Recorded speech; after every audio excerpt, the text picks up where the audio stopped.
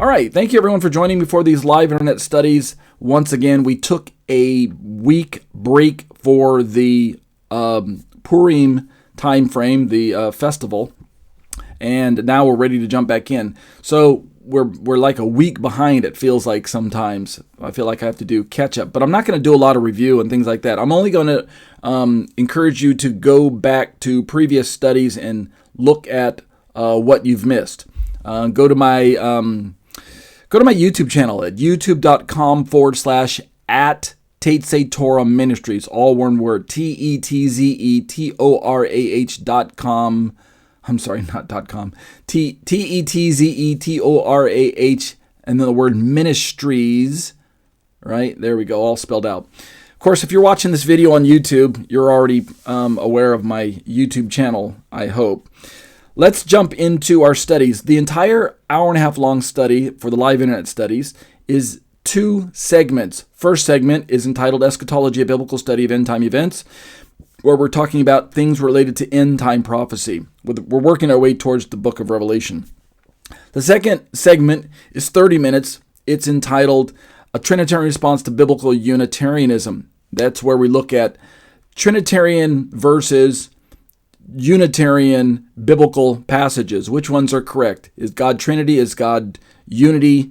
Those are the topics we look at. Okay, let's jump into topic 1. Eschatology, a biblical study of end-time events.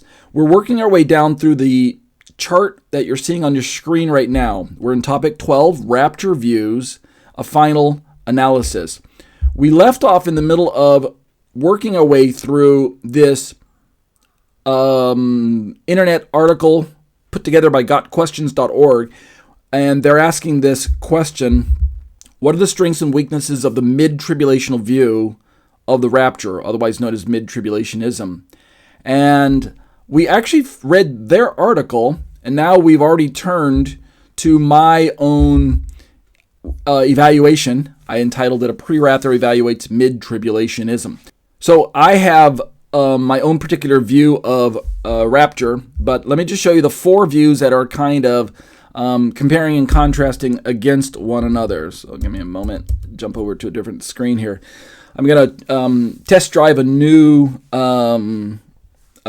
way to show you on screen what I'm looking at. I wasn't quite happy with the old pointer, the little where I can draw on screen. I thought, you know what, I've got an iPad. Why don't I just put this thing to good use? Because it's got some really nice drawing features on it. So what I'm going to do is let me show you. Well, hold on. Let me do it this way. Let me show you the 4 different views real quick that are available at any given time that I'm working from. Let's see. So we've got in the upper. Let me bring this up a little bit. In the upper left corner, let's start out with the pre-trib rapture. You can see it. I just highlighted it in red there. The pre-trib rapture is the most popular view in circles, Christian circles these days. And basically, let me just read this little exclamation down here at the bottom. The pre-trib raptures believe that the church will be raptured before this final 7-year period known as Daniel's 70th week. And so they've got their rapture up here in the upper left corner that I just circled. And it's in relationship to this giant, the entire 70th week, which is the entire week-long section. They believe that the church is going to be raptured prior to that. Their second coming is over here on the far right side, which is at the very end of the week. So this means that Christians will not go through the tribulation, nor will Christians go through the great tribulation. All of it is God's wrath. And so from their perspective, God's going to rescue us before any of the super bad stuff happens. That's their perspective. All right, let's keep going though. There's another view. Mid-trib rapture, that's the one we're kind of discussing tonight. So we've got the mid-trib rapture up here. Oops, give me a second. My iPod slid out from underneath me. The mid-trib rapture in the upper right-hand corner, but I zoomed it in for you so you can't tell right now. But this particular rapture view, let me read the little description just down here at the bottom. The mid-trib rapturists believe that the rapture will occur exactly halfway through the 7-year period, just before the beginning of the Great Tribulation. So when they say Great Tribulation, they like the pre-tribbers, they think that the entire week is God's. They believe that the entire week is what we call the tribulation period. They break it up into two portions. They've got the tribulation period in the front half. Then they've got what they call the Great Tribulation in the second half. And their rapture takes place right in the middle of both of them. And that's why they call themselves mid-trib, which means from their perspective, they do have Christians going into the tribulation, right? They've got some tribulation entry for Christians, unlike the pre-tribbers. However, because of the really bad tribulation over here, Christians don't have to go through that. That's why the rapture takes place just before God's wrath. So in some ways, they are kind of pre-wrath, just like pre-tribbers have Christians excused from wrath as well. But again, we're going to be discussing more about this particular view tonight. So don't worry if you're not quite following everything right now. Let's look at the one that was in the lower, it's kind of in the lower left corner until I've zoomed in. Let me get this guy out of the way for a second. This is known as the post-tribulation rapture. And this particular view is fairly popular, especially if you have ditched the pre-trib rapture and you're just not convinced about pre-trib or anything like that. Like the post-tribbers and the mid-tribbers, they take this entire week and give it over to a period that they call tribulation. And in other words, they're recognizing what is popularly termed a 7-year tribulation, where God's wrath occupies everything in the week. In this particular case, they've got their classic tribulation at the very beginning, followed by a great tribulation at the second half of the week. However, in stark difference to any of the other views that we've looked at so far, their second coming and post-trib rapture are at the farthest end of everything. Give me a second. Let me get rid of that one for a second. They've got a second coming and a post-tribulation rapture at the farthest end, which means Christians have to go through everything there before being raptured. Everything has to be experienced by Christians.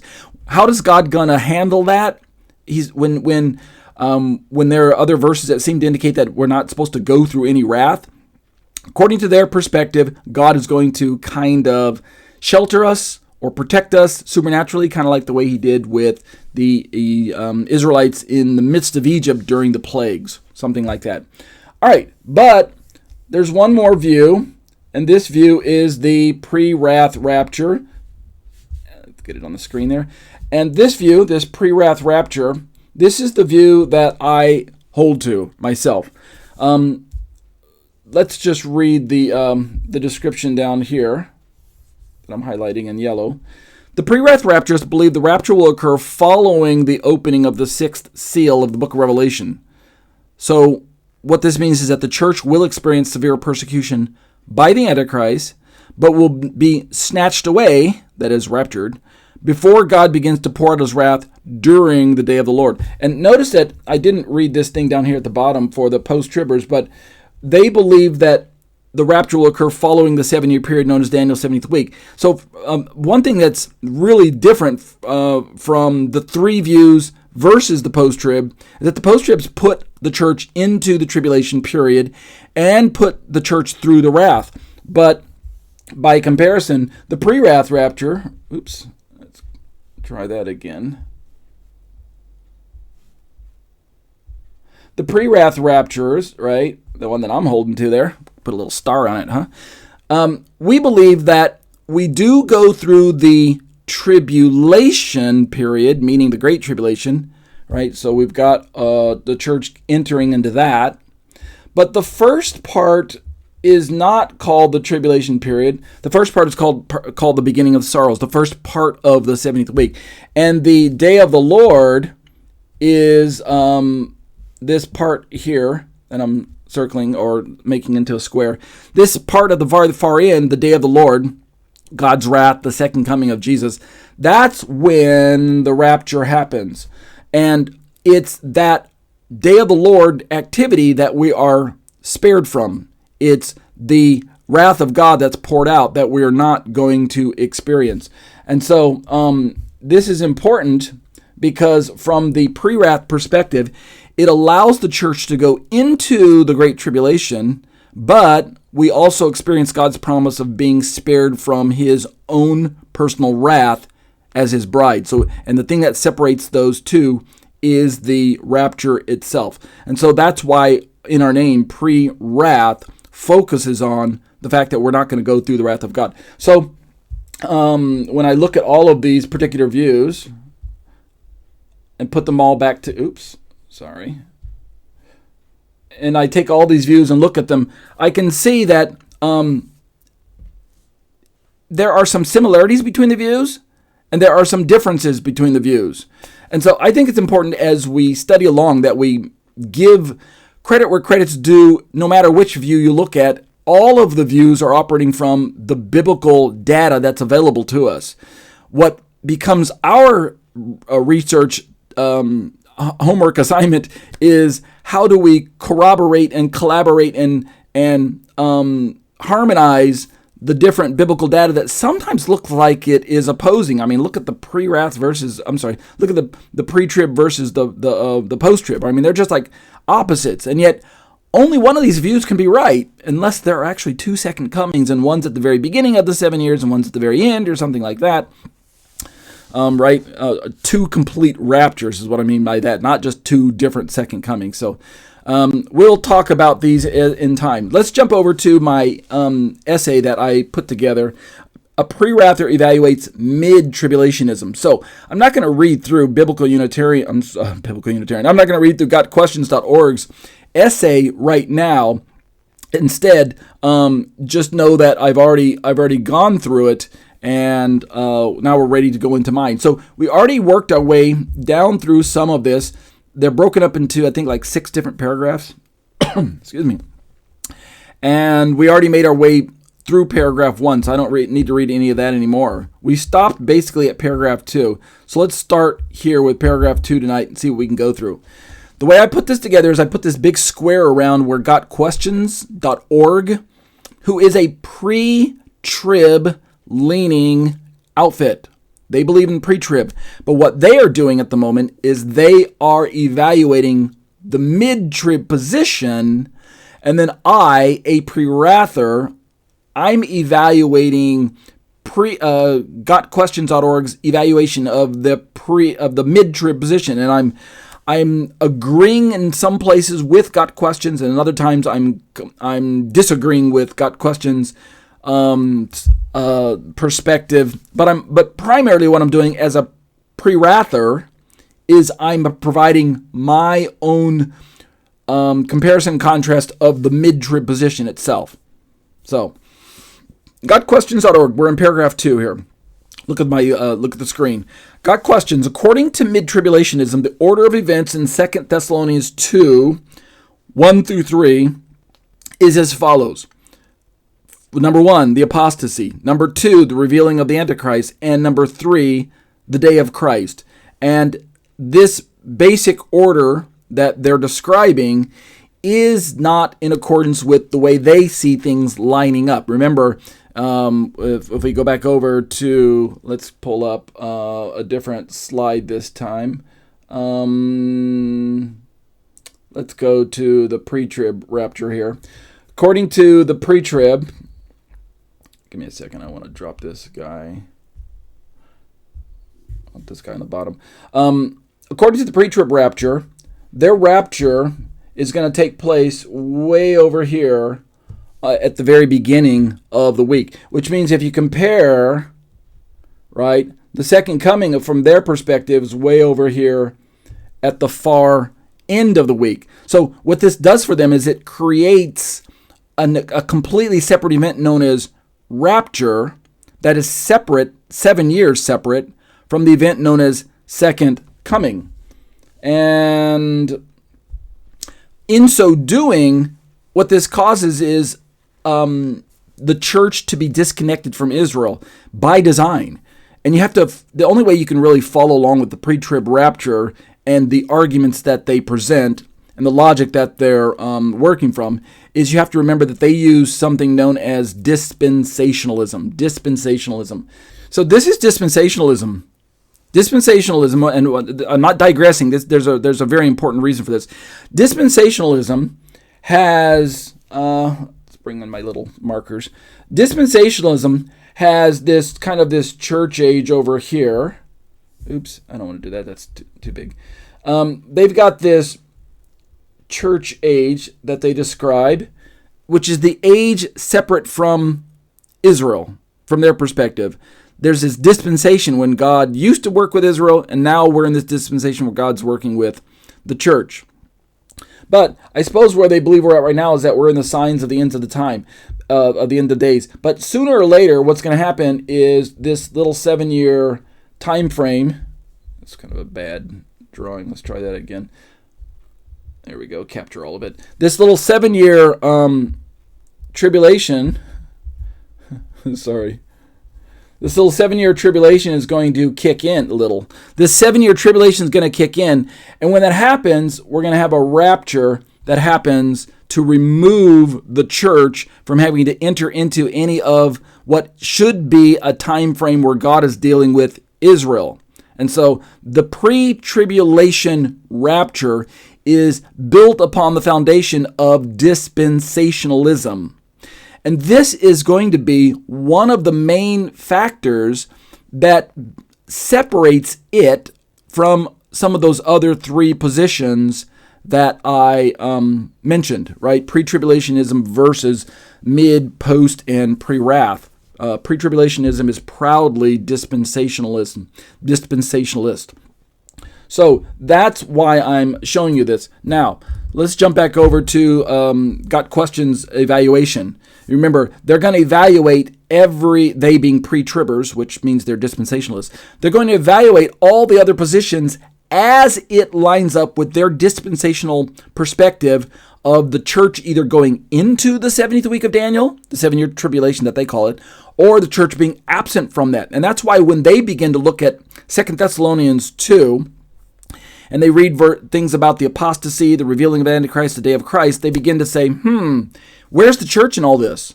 And so they're going to say, the church is absent. The church is not in part of that. But they do recognize that the other positions place the church into the 70th week of Daniel, i.e. the 7-year tribulation. So they say, according to mid-tribulationism, the Antichrist will not be revealed until the midpoint of the 7-year tribulation.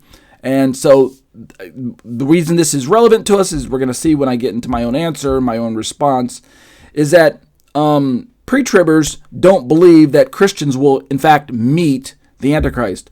What do we Prewrather say? Prewrath response number 1 to paragraph number 2. GotQuestions.org is once again simply representing or presenting mid-tribulationism's position at this point in their little essay without critique. They're not critiquing them, they're just telling you what the mid-tribbers believe. Prewrath actually agrees with mid-trib here on this one. Remember, I said that pre-wrath has some agreement with pre-trib. We're not completely in disagreement with them. Let me show you, bring up that other chart one more time. When we look at this, give me a second, it's kind of busy. Let's get rid of all that stuff. Okay. If you look at all the 4 different positions here, then what I'm doing right now is I'm kind of comparing at the moment this view and this view. Okay? The mid-trib rapture says that there's a rapture right in the middle of what they call the 7-year tribulation. The pre-wrath, by comparison, puts our rapture a little farther into weekly events or activities, but definitely past the midpoint, right? That midpoint is when the mid-trib rapture says that the rapture should take place. We Prewrathers say, no, not quite. So let's keep going in my my own little essay. But we Prewrathers, we do agree with mid-trib that 2 Thessalonians 2, 1 through 3 shows the rapture follows the revealing of the Antichrist. And this is an important distinction. When we go back over to my little chart here, oops, I don't want to get rid of all of that. Let's just get rid of that. When you look at the preacher rapture over on the upper left corner of the screen, and they've got their rapture way over at the very beginning, notice they are excusing the church from seeing any Antichrist activity. In fact, according to this chart, I don't see where they have the Antichrist showing up. Does he show up at the midpoint of the week? Does he show up over at the beginning of the week? Where does the Antichrist show up? I don't know. I have to check into their position one more time and see what they have to say. But either way, they don't really make it an issue, the pre-tribbers. They don't make it an issue because they don't believe that the church is going to see the Antichrist. By comparison, like I mentioned, the pre-trib rapture has Antichrist. They're going to... now, does he show up here at the beginning of the week? No. I think they're going to say that he shows up here at the midpoint of the week, makes his grand entrance, the Antichrist, he shows up then, but the church gets raptured either just before he shows up or right after he shows up. Either way, what they have, remember, is they've got their great tribulation kicking off at the midpoint and occupying the entire second half of the 70th week. By comparison, we Prewrathers, we do have the Antichrist showing up in the middle of the week. Well, actually, we're going to find out that he makes his debut at the beginning of the week, but he makes a big splash at the middle of the week, right? So, but this means that we Christians go through the Great Tribulation. We go through that, only to be raptured halfway through or so. Sometime I'm not saying exactly halfway through, but let's look at our comparison. We do agree that 2 Thessalonians 2, 1-3 shows the rapture following the revealing of the Antichrist. But I'm going to start pulling away from the mid-tribbers here at this point. However, mid-trib assumes the Antichrist is fully revealed only at the midpoint of Daniel's 70th week. In reality, I believe that his rise begins earlier with a 7-year covenant, Daniel 9:27. But his full blasphemous reign starts at the midpoint of Daniel 11. At the midpoint of the week. You can read this in Daniel 11, Revelation 13, 5 through 10. So when I go back over to this particular chart, yes, then we can see that Antichrist shows up here at the beginning of the week, but we might not know that he's Antichrist. We might not know. But here's the thing that I think that we will know, and this is something that prophecy students and teachers kind of debate. Will we know when the 7-year peace treaty is signed? I believe that we will, and the reason I believe we will, it seems obvious to me. I could be wrong, but when we're talking about the 7-year peace treaty, that the Antichrist is going to, we could even call it a peace experiment. I think Ron Wallace calls it that. 7-year peace experiment, because it has to be something that allows Israel and her surrounding Arab and Muslim neighbors to get along with each other. It at least facilitates some sort of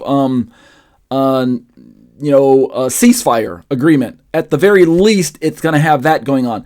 But in order for it to be effectual and most beneficial for Israel, Israel needs to be able to start doing sacrifices on some sort of temple mount or temple structure or something to that effect. And so that's why I believe it won't be invisible to the world. I mean, honestly, right now, if Israel resumed sacrifices on the Temple Mount, that is absolutely not going to be invisible to the world. That's going to be like world headlines everywhere in the world. Christians are certainly going to sit up in their seat and say, what in the world? Animal sacrifices? Then they're going to start protesting, Jesus, Jesus, right? We don't need animal sacrifices. But you get my point, is that I don't believe that particular activity will go unnoticed. There's just, I don't see how there's any way that the news stories around the world won't be covering Israel having sacrifices on the Temple Mount, and the Muslims aren't going into World War III mode about it, right? The authorities on the Temple Mount aren't forbidding that.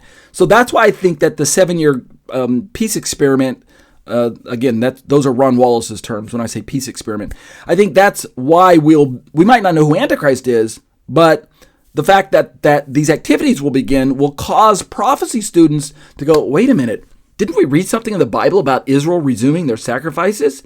And what that means for end time prophecy, Book of Revelation, Daniel 70th week. They're gonna start clicking and putting all the pieces together in their head. So that's kind of what's going on. However, let's keep reading. Prewrath also holds that the rapture occurs after the Great Tribulation begins, but is cut short. I say also, meaning we Prewrathers believe that Christians are going to go through some tough times.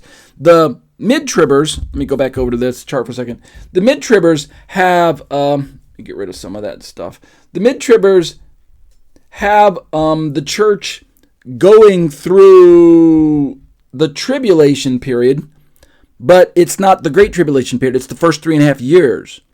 But by their reckoning, the Great Tribulation, which is the second half of the week, the church gets raptured before that, right? So they've got this rapture here that the church is excused from.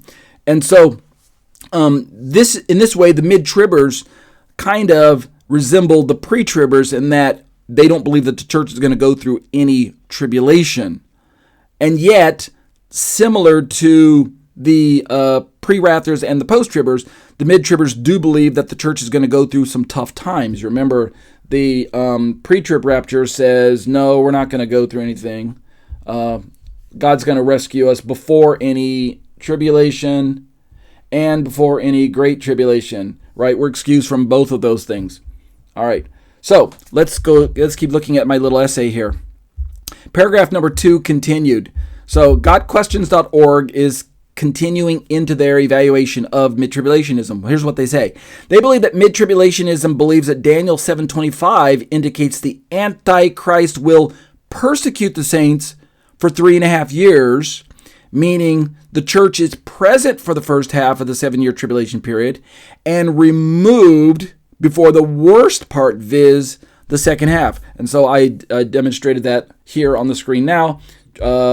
Tribulation period right here, Great Tribulation period over on the other side. And so the church has their rapture prior to any Great Tribulation, which means prior to any God's wrath. By the way, the mid-tribulation puts, we're going to see this later on, but I'm just kind of hinting at it right now. The mid-tribulation puts their timing of the rapture in the middle of the week to coincide with what they're going to call the 7th trumpet. And in so doing, the 7th trumpet is then identified as the last trumpet that Paul talked about. Now that's going to bear significance to help the mid-tribbers and the pre-wrathers kind of pull away from one another here in just a bit. But I wanted to kind of tip my hand to you a little early. Okay. What do we pre-wrathers have to say about what gotquestions.org just said about mid-trib? Gotquestions.org finally begins to critique mid-tribulationism at this particular point in their essay. And what they do is they note its assumption that the church faces persecution in the first half of a so-called 7-year tribulation. The reason I said so-called there is because the Prewrath position doesn't see the entire 7 years as a tribulation period. We instead, if you remember when I go back over here, we instead have this early part called the beginning of sorrows that we borrow that language right from Jesus himself, right from Yeshua.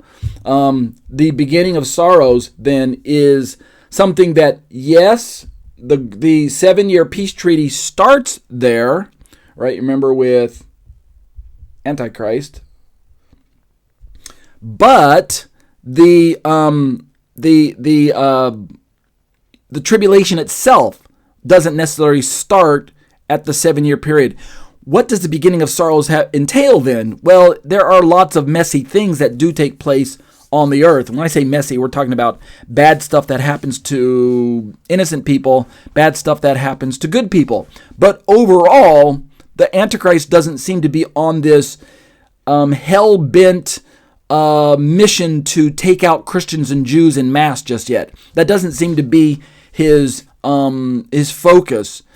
To be sure, his revelation won't have taken place yet. We might not even know that he's Antichrist. Even though the 7-year peace experiment, I believe, will be known to the world, but perhaps there will be some question and mystery around who in fact got this thing put together. Maybe he'll be operating incognito, right? He might just come right out in front and stand in front of the cameras like we've seen Bill Clinton do, like we've seen Trump do, like we've seen President Carter do, the late President Carter do. We've seen other presidents stand in front of the TV screen and they're flanked on either side by some Muslim Arab representative PLO person, Yasser Arafat or whoever on one side of them, and then an Israeli Prime Minister Yitzhak Rabin or Bibi Netanyahu or somebody on the other side, and the U.S. president's right in the middle, and they're getting this agreement going on. This could be any number of quote unquote land for peace type of agreements that have always fallen apart, to include the latest one, the Abrahamic one that Trump tried to facilitate. But my point is, we Prewrathers don't see a need to call this first 3.5 years the tribulation period, because the Bible doesn't use that term. It uses the term beginning of sorrows. And it sounds like we're nitpicking, but there's a reason why we're doing that. And part of it has to do with the fact that the church goes into that period, and that entire period doesn't need to be dispensationally separated away from the church, such as the pre-tribbers do. So, the 7-year tribulation period, the so-called, Prewrath agrees that believers will endure persecution under the Antichrist, but rejects mid-trib's timing of that persecution. Mid-tribbers, remember, put the rapture and timing starting at the midpoint. Well, let me go back over to the chart for a second. There is some similarities here. All right, I need to highlight this. Let's remove some of these things here. Start from clean from this side. All right. In this chart, in the mid-trib, starting at the midpoint, that's where we're going to find our rapture. By comparison, Prewrath has our rapture over here a little farther into the week. So notice that in the Prewrath position, the Great Tribulation begins at the midpoint, but it's cut short by the rapture itself. That rapture circle is a little too big. Let's shrink that down to about like that. There we go. So the Great Tribulation is cut short by the pre-wrath rapture in our particular model. And in the mid-trib model, it begins at the midpoint of the week. But why this is important, one distinction is the mid-trib model has the Great Tribulation running the entire length of the last 3.5 years. And yes, we pre-tribbers do agree that there will be tribulation during that time, but we don't need to call it Great Tribulation. And again, we're not nitpicking on the terms. It's because God has, on the one hand, given 3.5 years over to Satan to rule via his puppet named Antichrist. But at the same time, Yeshua came along and gave extra information at Matthew 24, starting about verse 21 and 22, where he said, but those days will be cut short for the sake of the elect. And if those days weren't cut short, then no flesh would survive this great tribulation period. So this is where we Prewrathers begin to disagree or differentiate. It's kind of a unique feature of the pre-wrath rapture to have this tribulation period cut short. The post-tribbers don't do any of that. They just have everybody going through everything. Nothing's cut short. The pre-tribbers right? They don't have anything cut short. They just have their great tribulation taking place after their tribulation period. There's nothing cut short. And the second coming happens at the far end of the week, but it's not cut short by any rapture. Remember, the rapture is way over here. So it's really kind of signature to the Prewrath view that we've got this great tribulation that is cut short by the Prewrath rapture itself. Let's go back over to the chart. So